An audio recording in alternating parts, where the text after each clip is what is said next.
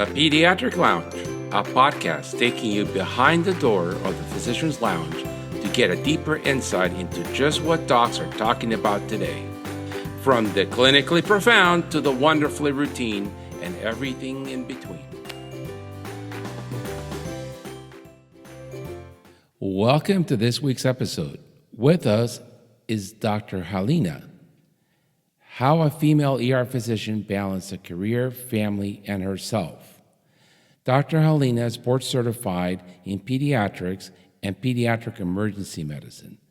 She has been working her entire career at Good Samaritan Medical Center in West Islip, New York.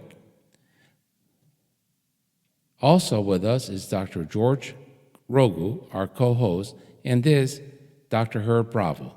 Please give a warm welcome to Dr. Halina. Hey, how you doing? Dr. Halina. Hi, how are you? Good. And Dr. Mick. Hey, Mick. Dr. Mick, how are you? Good to see you. Both Dr. Mick and Dr. Halina are emergency room physicians that specialize in pediatrics. And today we want to take a little bit of a look at how a foreign medical graduate, in this case, Dr. Halina, graduated from school in Poland, and what her journey was like coming to America as a physician and then going through residency. How was that for you? My journey, I don't think it was any different from any other physician who immigrated here from Poland. I would say that my journey started when I was in high school. I always loved learning, reading, discovering, and obviously, I grew up in Poland, in a very small town. Socialism at that time, obviously the resources and opportunities were limited, but we did have academic competitions, and my favorite subject was biology. So I started at the level of my own town, advanced to the county level, state level, and I ended up, placing a second nationwide in the entire country, which opened the door for medical school in Poland, which was very competitive. At that time in Poland, I'm not sure how it is now, but at that time in Poland, the medical school admission was based strictly on academic performance. There was an entry exam, but they would take 50% females and 50% males. So if you know what it means is you can have a very high score, but if there are 50 females, they are better than you, then admitted. But males, and I'm sorry to say that because you are going to call males, you can be a high school graduate applying whatever to medical school, and you can have a score which is lower than some of your female colleagues, but you get admitted. But anyhow, I also graduated medical school with distinction, top of my class, did internship in Poland, and then me and my husband decided to take a new adventure, and immigrated here. So let me interrupt you for a second. So you said you did an internship. Was your internship in Poland a rotating internship? Yes. And in Poland, at the time that you did medical, and for the listeners who are not familiar with medical education outside of the U.S., in many countries outside of the U.S., before you get your MD degree, you have to do a 1-year internship with 4 rotations. Most countries will require you to do 3 months of peds, 3 months of internal medicine, 3 months of OB-GYN, and 3 months of surgery. Was that your experience too in Poland? It was a little bit different. So my medical school was 6 years. First 2 years was basic knowledge, and then clinical. And basically, you get a license basically as soon as you start your internship.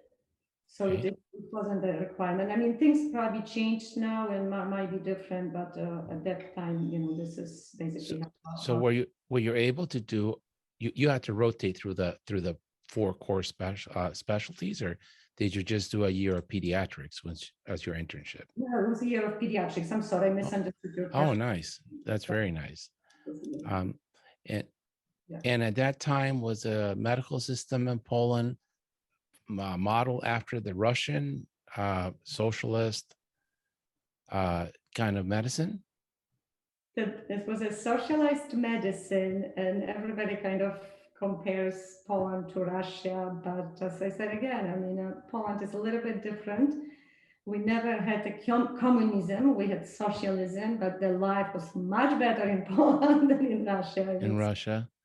But socialist medicine, you have limited resources, limited tests, medications, long lines, poor patients care. It's nothing to compare to the medicine we see here. It's. I mean, now it's different. This is whatever 30 years later. Yes. Obviously, my country advanced, and and they basically have a very good medicine now. But I'm talking years back. It was completely different. So I think my experience is the medicine is really good. The physicians are great with great clinical skills. It's just there's limited resources. Correct. I think I got a very good medical education. I mean, I passed my boards without problems, and with my limited medical knowledge, terminology, which obviously I have to learn and all that. So I think education was excellent. And the limiting factor definitely in countries like that is resources.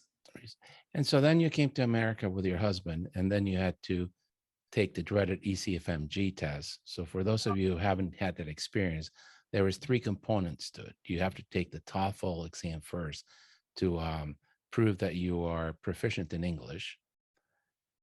Then you have to take 2 parts, a basic science exam and a clinical exam. That was your experience too, right? Yeah, back then everybody did the same thing. She frozen? Yeah, I think back then everybody had to come in and take the ESFMG exam.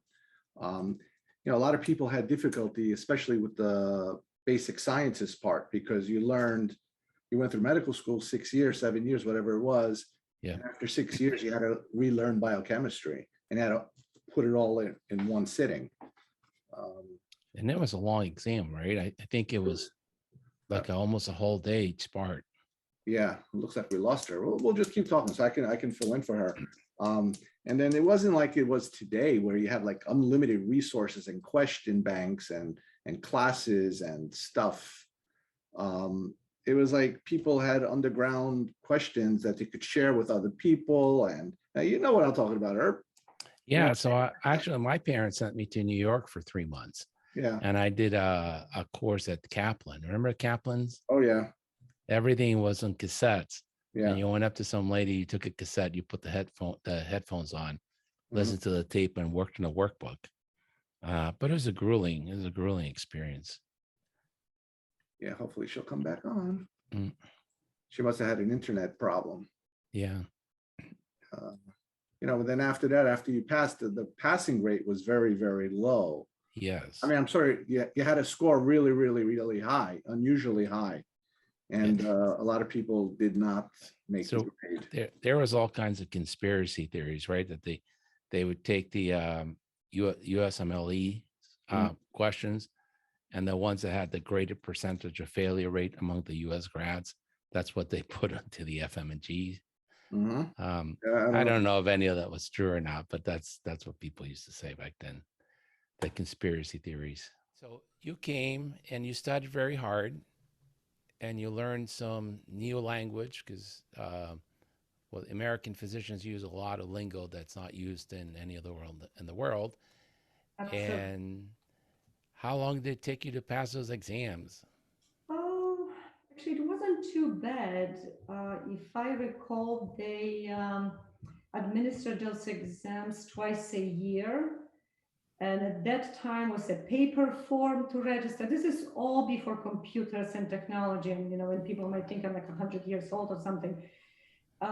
So you have to get the paper application, mail it, wait for the response. Do you accept it that day? So I passed my basic science on the first trial. But then I applied for the second part, The and clinical. again, like a process and whatever learning. I think it took me about 2 years altogether. Wow. Yeah, because obviously, I mean, you imagine somebody who is, we don't have family here, neither myself nor my husband. I mean, his parents, my parents, siblings, they all back home. So just imagining coming here as every immigrant is a suitcase, few dollars in their pocket. Obviously, we had friends. We rented an apartment, excuse me, we rented a room in Williamsburg. And now my daughter is telling me, oh, I have trendy parents. They lived in Williamsburg. I mean, at that time it wasn't trendy. It was absolute opposite of trendy. But, this is how you start. So it's not like I came in and I started to study. Obviously, my husband took odd jobs, to make money. Then I was studying and I took a job as a companion for a rich older lady. That was actually a fun job.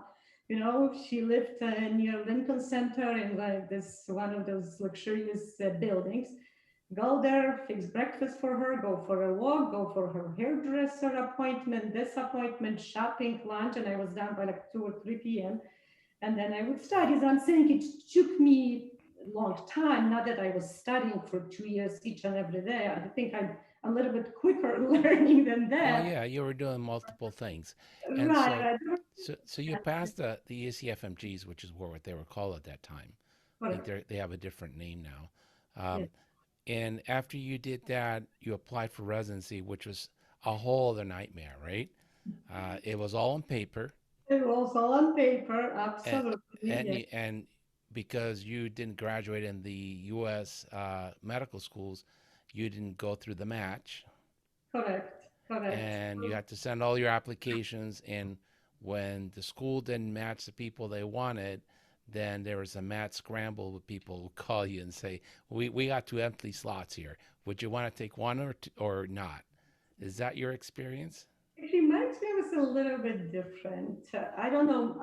Maybe I'm not sure if my application looked good because my personal statement was very simple. It was like one page. Obviously, what I wasn't like, good English writer in English at that time, but I think probably my application was solid academically.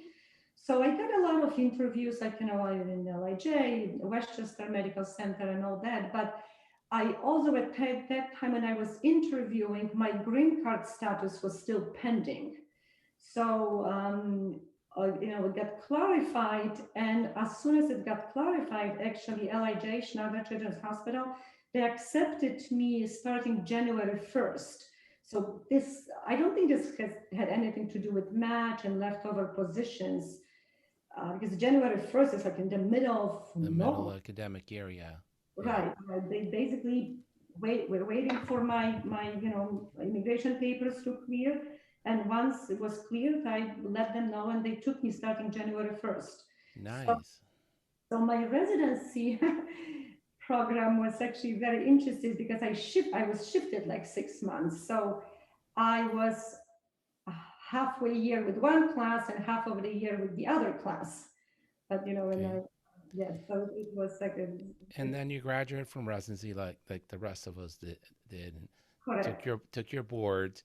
And at what point in the residency, as a pediatrician, did you feel attracted to being a pediatric emergency room doctor? I got attracted to emergency medicine very early because I am a person of quick decisions and actions, and I don't want to be bored. I want to do something. So ER attracted me very early. I mean, you all know from general pediatric residency that most of the residents do not like. I also want to use the word hate rotations in the emergency department, and I loved it. And apparently, I don't know, our emergency department in Schneider's at that time, now it's Cohen, apparently they were like very strict with evaluations. And they gave me outstanding evaluations. So everybody was saying, how did you get it? I mean, you're an immigrant, you're this is like the program is, I don't know. I just went there and I worked and I really liked what I was doing. So this, and And then this so, where did you do your fellowship? That's another 3 years on top of the 3 years. Just Yeah, for the listeners who are not pediatricians, so 6 years of medical school in Poland. correct. That's a unified program where your undergrad and your MD is all done at once. Then you came to America, did 3 years of Pete's residency, and Correct. then you went to what place to do your fellowship? Actually, I Remember, she did 1 year of internship in Poland and 2 years to study. studied, yes, Yeah. yes. That just pushes it out more. So it builds That's up. so simple. The reason I highlight that is because to become a pediatric emergency room physician takes a lot of persistent effort, drive, and love of passion for what you're doing. I always find it a little interesting that they can tell me that somebody that does an online course can get a master's and provide the same quality of care as someone like Mick or Helena.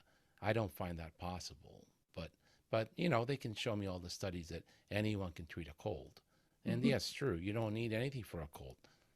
You know, my mother could tell you how to do it, and she never went to medical school. So, where did you do your fellowship? So I did a fellowship in the same place in the Schneider Children's Hospital. Actually, you know, they knew I was applying, and they kind of, you know, asked me if I would stay there.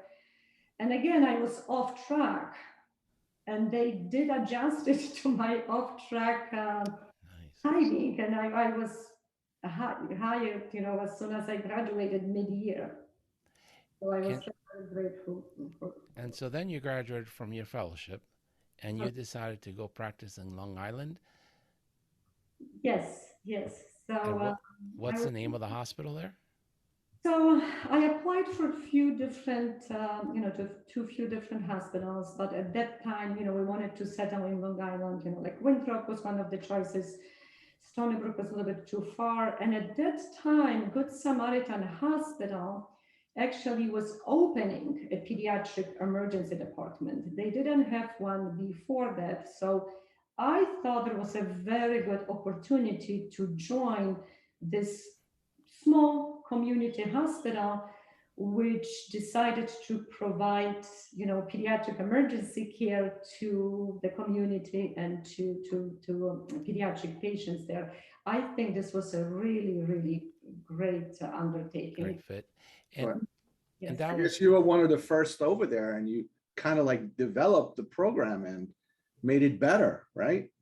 Right. So I mean, Dr. Daniel was there from the very beginning, and she's been a chairman since. And she gathered a team of us. I mean, obviously George, your wife, Delia was there, and there were a few others, and you probably know most of them. And I must tell you guys, our team was great. We had such a good relationship, and like you talking about balancing life and work. Part of it, as I mentioned before, obviously was my husband supporting me and, you know, and balancing this life. But the other part was a great team of pediatric doctors in Good Sam ER. You know, like during all those years, you know, like we do shift works, and sometimes you get your schedule, but your kids get a recital, which you didn't know a month before to request a day or something. Never ever it happened to me that the people on my team would not help me and switch the shift. We were always able to switch the shift, rearrange. So we would, you know, so. all the kids. And So then when you started, was it a pediatric emergency room within an adult emergency room, or they'd already built out the peds ER separate? no, it was. I want to say it was like two or three rooms within adult ED. Okay. Actually, adult ED at that time was divided into main ED and like a hold unit when they would put admissions. So there were like, I think there were 12 beds. So there were like 9 adults admitted and like 3 designated for peds. And then we slowly were expanding. And when you started, was it? Hello? Yes. Can you Good. hear me? Yeah. So I can tell you a little bit about how their ER was before she was there. So, It used to be run by family medicine, and it was a little room in the corner. Correct. My life as a general pediatrician was really bad because if there was ever a pediatric case, the adult ED people would take care of it. And they would say, oh, we have a pediatric consult, come on down. It's like, we would have to leave the office. Fortunately, I only had to live that like 1 year because people like Halina came and made life so much better. So at the very beginning, did you cover 24/7 or just part of a day? And did you just cover it with one pediatric emergency room physician? If I recall correctly, we had 24/7 coverage, one pediatrician, 7 a.m. to 7 p.m. and then 7 p.m. to 7 a.m. As gradually as we got busy, our administration was very supportive, and then we have had the overlap shift. The second physician would come 7 to 11, and they extended it to 11 to 11. So, and the actually administration was very, very supportive, and we got more and more coverage for pediatrics. And so you've grown tremendously. And so at this point, you have your separate wing, which is all your ER. It's staffed 24 hours, 7 days a week. And are you mostly, usually in the mornings is not a lot of job work for a pediatric emergency room physician. So are you in the mornings like a solo physician, and then in the evenings and into the night, the overnight shifts, 2 or 3, or just still 2, or? Just one.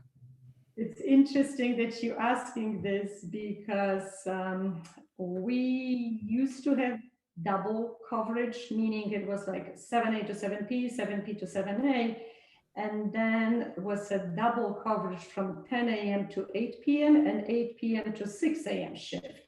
So basically solo coverage was only from 6 a.m. to 10 a.m. Okay. But now we just have solo coverage. It's just one pediatrician. All the time, just one and doctor. now we have 8. Correct. Well, when I did emergency medicine at a community hospital, I was employed by the emergency medicine group that was adult group, and I was their first director of pediatric emergency medicine. And I had a really good relationship with my adult partners. And if a child came in from trauma or coding, they would go into the code with me to help. Do you still have that kind of, collegiality with the other emergency room doctors in your hospital?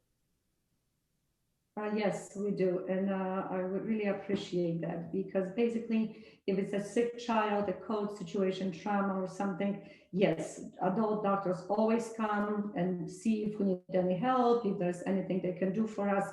It's a great collegiality. Yes. To me, that made a huge difference, because I didn't feel like I was a man on an island with no boat, nowhere to go. It's just all on me. To them, I made a huge difference because they were scared of a kid with a fever. That's just the adult ER doctor does not like to see kids. But it was to me, it was a great experience to have that. I returned the favor, and I would go in on all adult codes with them to do whatever I could.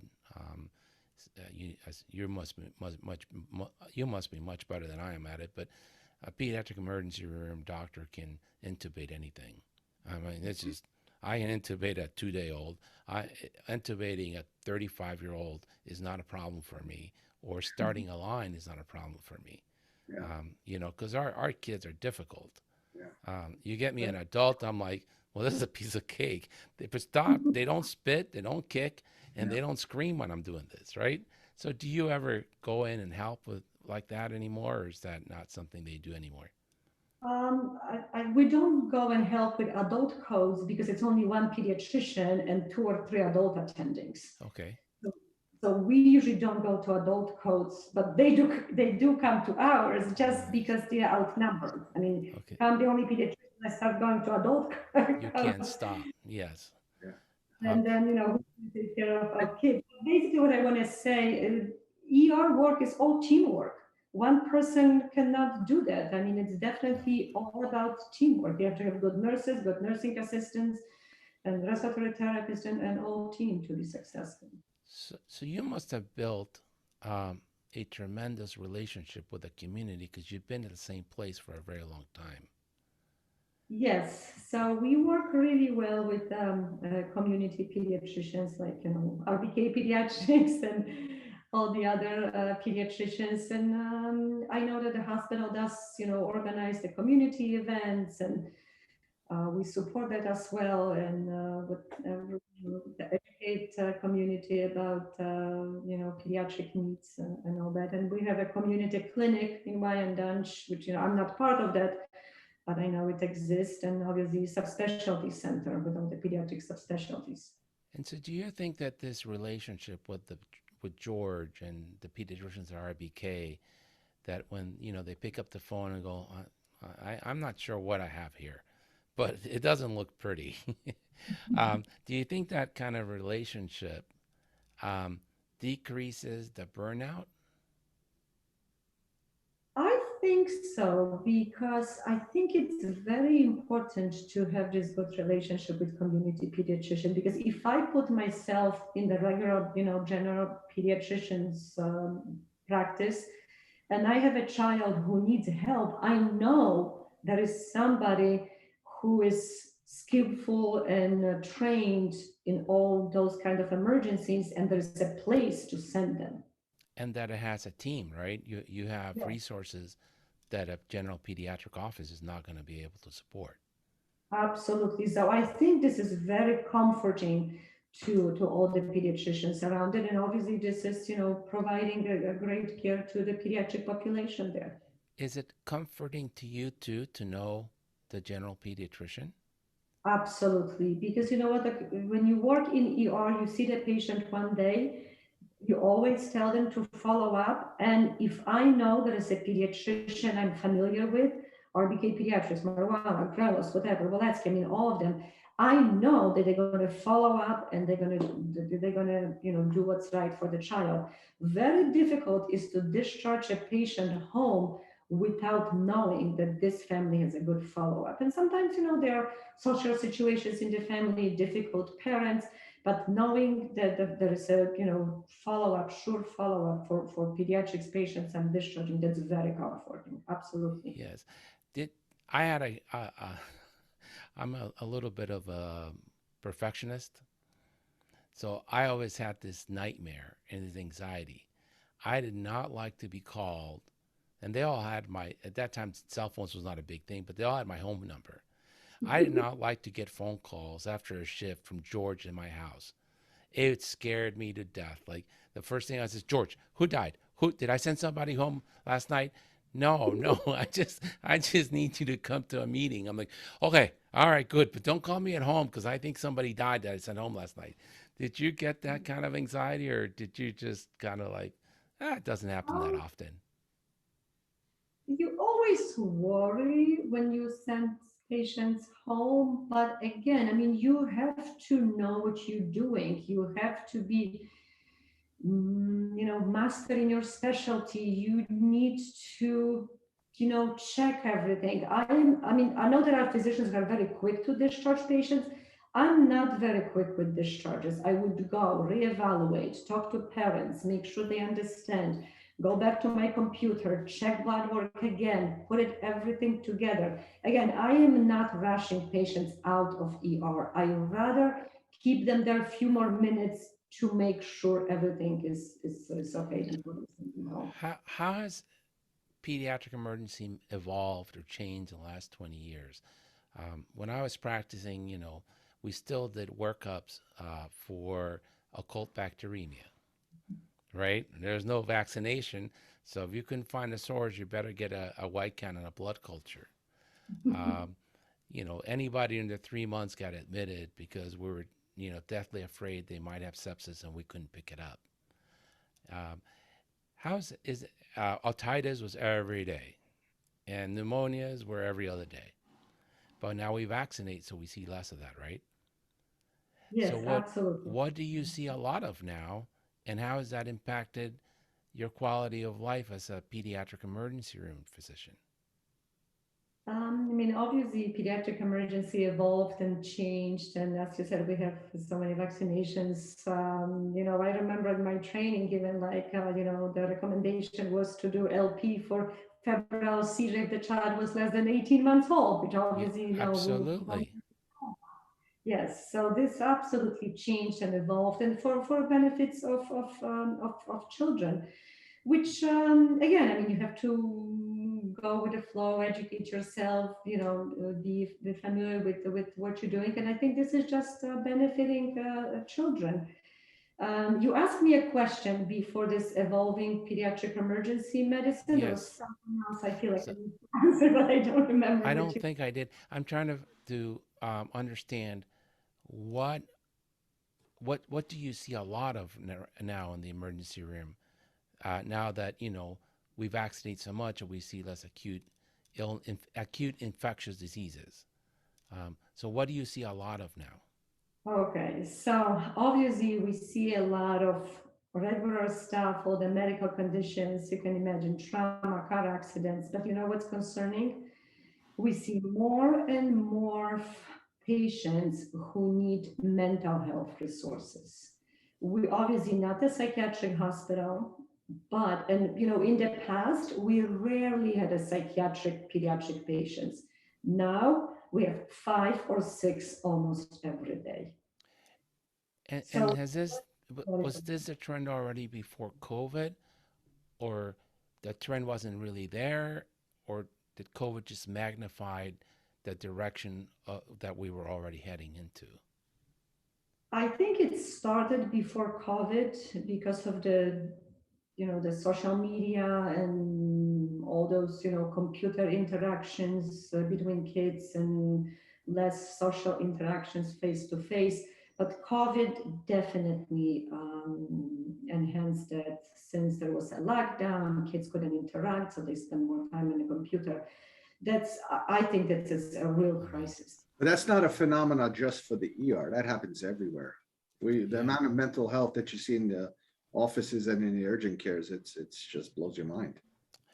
And so I know for me, it was always very frustrating to take care of an adolescent with a mental crisis, because you can even you know I was doing this between 95 and 2000 in the ER, and then between 2000 and 2000 and 2017 in the pediatric only urgent care.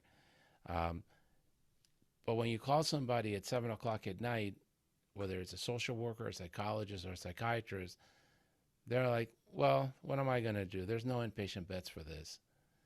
Send them home, and you know we'll see them when we can see them. Do you find that? I mean, do you feel that frustration still? Well, what happens with them is they admit them to the hospital, then I got to deal with them on the ward. With a babysitter, right? Yeah. What's that? It happens all the time. You know, there's no bed, there's nowhere to put them, there's no disposition. So they go to the ward, they get the one-on-one A babysitter. nursing care until you can find a social worker or something in psychiatry. Then the whole thing starts spinning. That's another mess. So has that added a lot of frustration to your day, Dr. Helena? Yes, it does, because if you think about it, if we have 5 or 6 psychiatric patients, that's like a 1/3 of our ER beds, and they all one-to-one, there has to be a nursing assistant sitting next to them.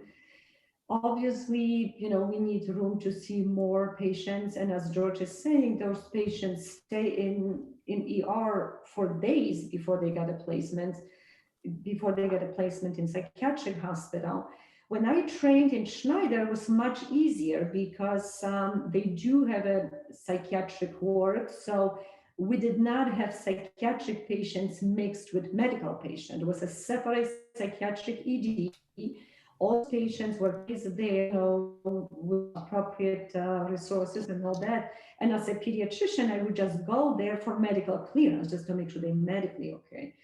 Here is different because obviously we do medical clearance and make sure there's nothing medically going on, but we also have to provide psychiatric care. And sometimes they do get admitted upstairs to pediatric ward, but those are very selective cases because I don't think the pediatric floor, you know, is equipped to provide psychiatric care. So it's very frustrating. Yes. It's usually babysitting. And Yes. do you have a hospitalist program at this hospital? Yes, there is a hospice program, and it's 24/7. There's 24/7. Hospitalist, yeah. And if there's a pediatric code on the floor, does the PTR team go up with to help, or is just the hospitalist?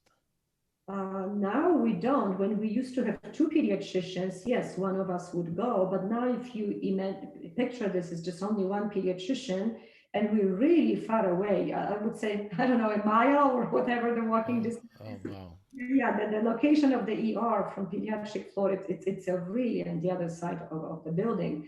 So if we go there, then, who would take care of The ear. it? When we had double coverage, we used to go, but not anymore. What would you tell a young person who says, I'm thinking about becoming a pediatric emergency room physician? What do you think it's worth my investment in time? Because you give up your youth, and that can't ever be returned to you. It's not just the money. It's, you're basically in training from the time you're 18 until you're 30. And those years are never returned to you. It's impossible. Correct, So correct. what would you say to someone who just, is 18 and goes, I want to be like you? You know what? I always tell people that, first of all, they have to do what fits their personality, their beliefs, and they have to do whatever fulfills them. If this is something for them, like quick decisions, actions, and not being bored, or hands-on skills, and liking a challenge, then yes. But make sure that this is what's appropriate for this specific person. It's not for everybody, and obviously everybody is good at something. There are so many different specialties in medicine, and everybody has to find a good fit for themselves. Yes. Yeah. Where did, first, has the EHR made your job more difficult? Has the EHR made your job? Has the EHR made your job more difficult, or has it made it easier? I'm sorry. The electronic medical records, has that made your life easier, or has it made it more difficult? On one hand, made it easier a little bit. On the other hand, I think it's a little bit more difficult because obviously I'm a generation when we had paper charts, and at some point we transferred to those electronic records. So I have an intake on both. Electronic records, I think, are good for statistics and are good for malpractice lawyers. Okay. From a doctor's point of view, it takes very detailed documentation, which is obviously it's good for patients. What's good about it that we can go back and access the prior visits, prior lab results, prior images results, and all that. So that's very good. But there's no way of going back. That's the way it is now. We have to. Do you think it hinders the communication with your team in the sense that, when I did this, if I wanted something done, I went to the secretary and I said, I need this. Here's the order set. And then I go, tap on one of the nurses that was working for me that day or with me and say, whatever, Julie, Allison, this kid doesn't look so hot. I need you to pay attention to this right now. And, they would go do it.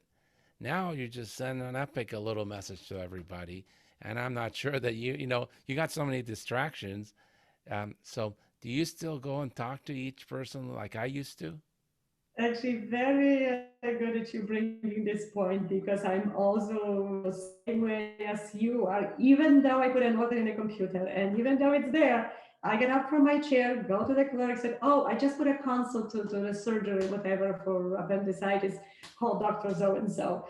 And depending on who is there, sometimes they say, "Oh, I know it's in the computer," but I still enjoy this personal interaction, and I still enjoy talking to the clerks and nurses and all that, and getting an instant feedback from them that they saw my order.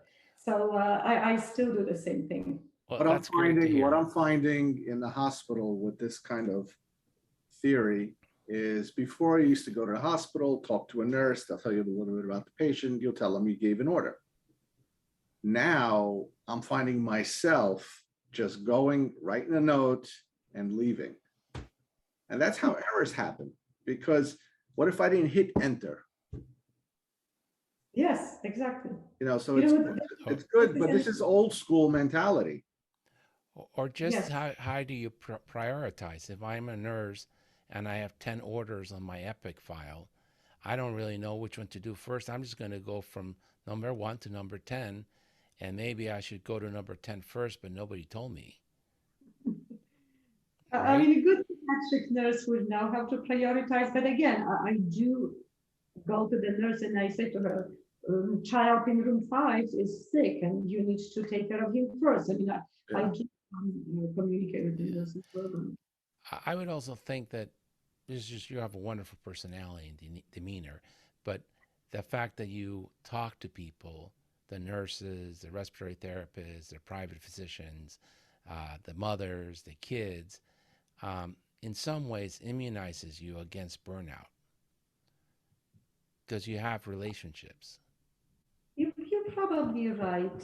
You're probably right, because you know what, to me, the social interactions and talking to people, it's very important because you get an instant feedback, and it's like circulating energy between people who work together, and you have a feel for each other. I mean, there are nurses who started with us. So like I said, there's one pediatric nurse who's still a pediatric nurse who's been working with us in ER from the very beginning. So she reads my mind. I don't even have to tell her.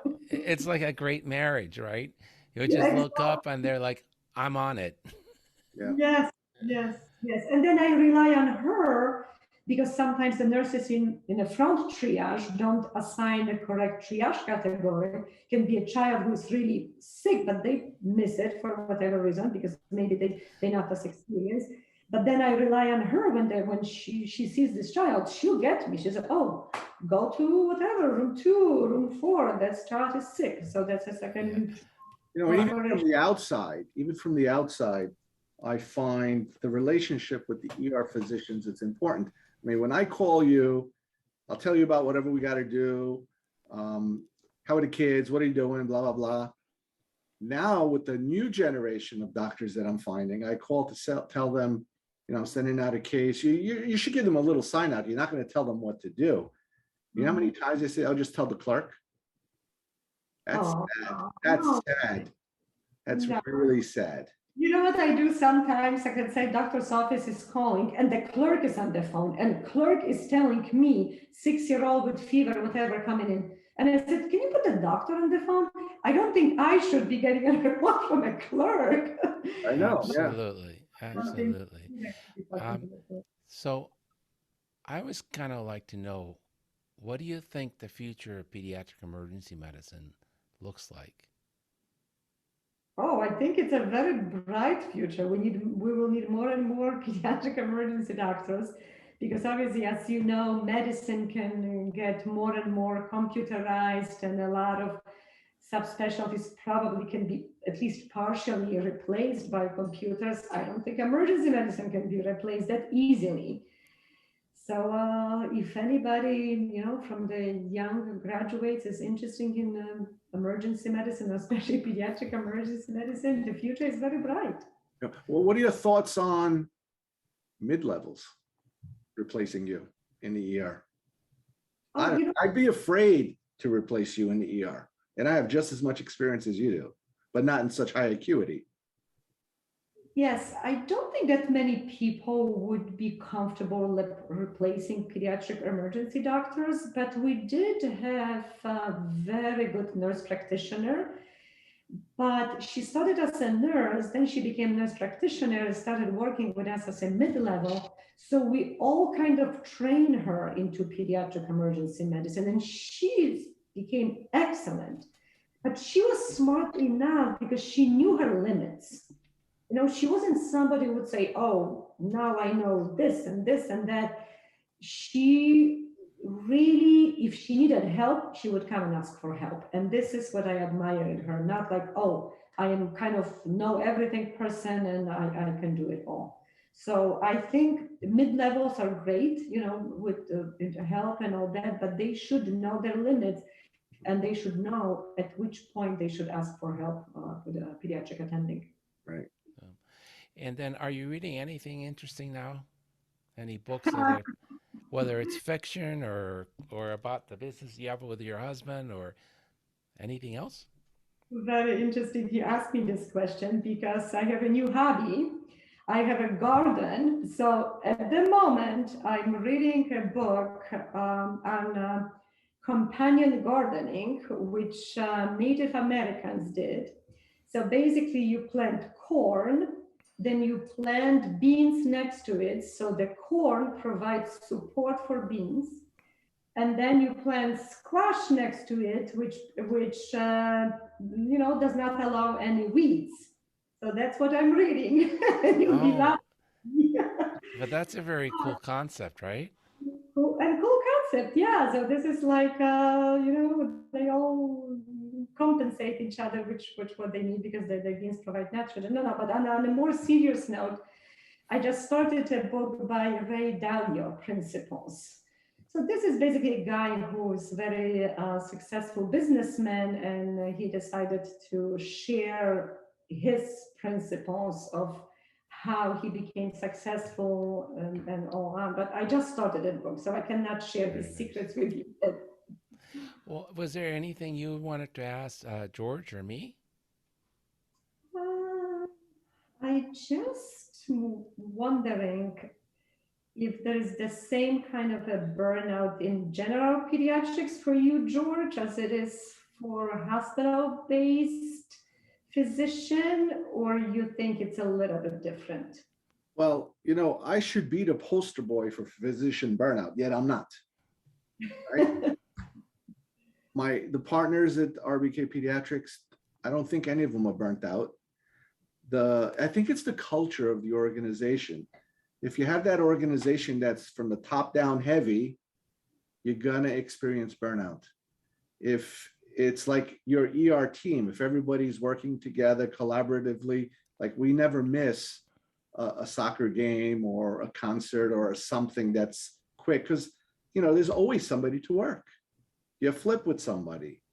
I think That's right. at a big institution or something, I think changing the schedule is kind of complicated.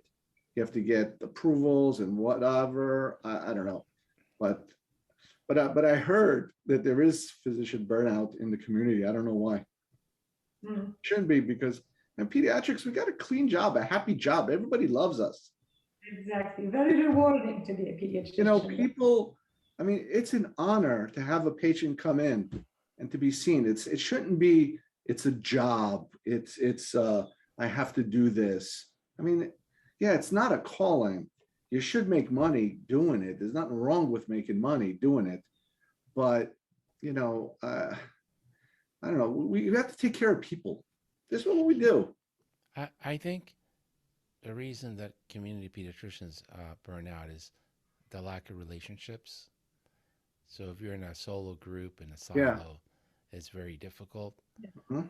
I think those of us that were born at a certain age and we're not digitally natives, right? So I didn't go to medical school with a computer or a laptop. Those were skills I had to acquire later. I think to people my age is very frustrating to have to play with a computer instead of going to see the next patient. And I think the other thing that people they stop learning. They stop being curious. It's just like, well, I'm a good doctor because I graduated from Georgetown University and went to Vanderbilt for my residency.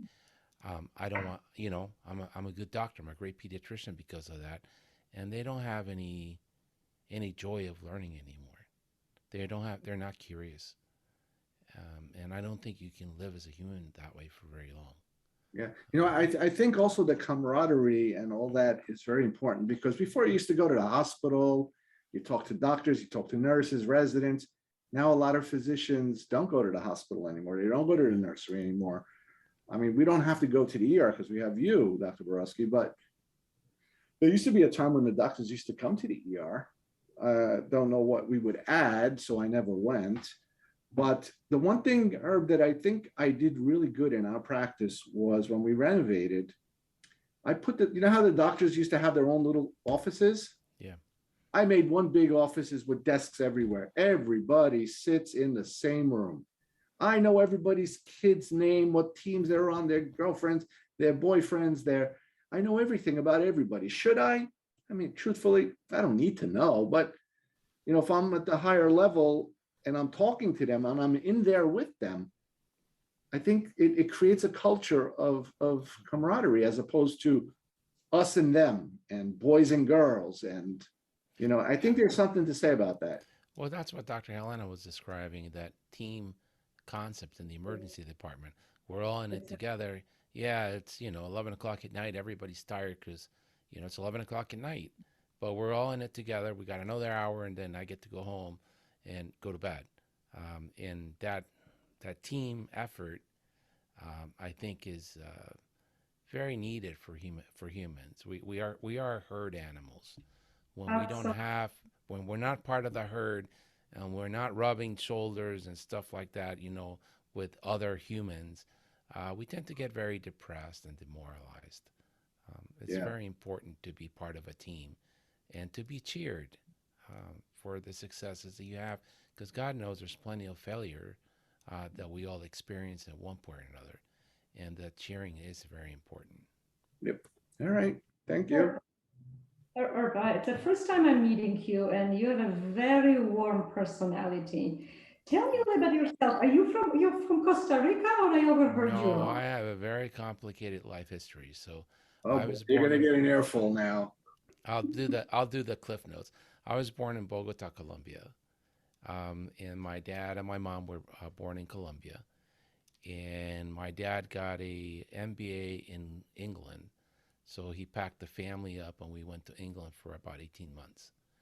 And that was the last time we lived in Colombia. I think my younger sister was maybe 3 and I was 4 years old. My dad's job was a consultant first throughout Latin America, and then he became a diplomat. And so we travel, we switch countries every 2 years. And when I was in 77, I came to the US because that's where headquarters are for my dad. And I finished high school here. But my dad got transferred to be the head of the mission in Costa Rica at that point.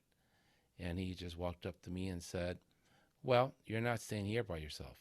I'm like, "What? I'm admitted to George Washington University. Where do you think I'm going?"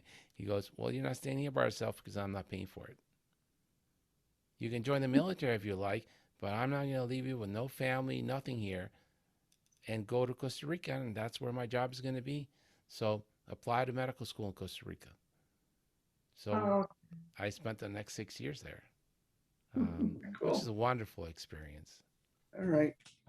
But thanks for that comment. Really, really enjoyed meeting you today.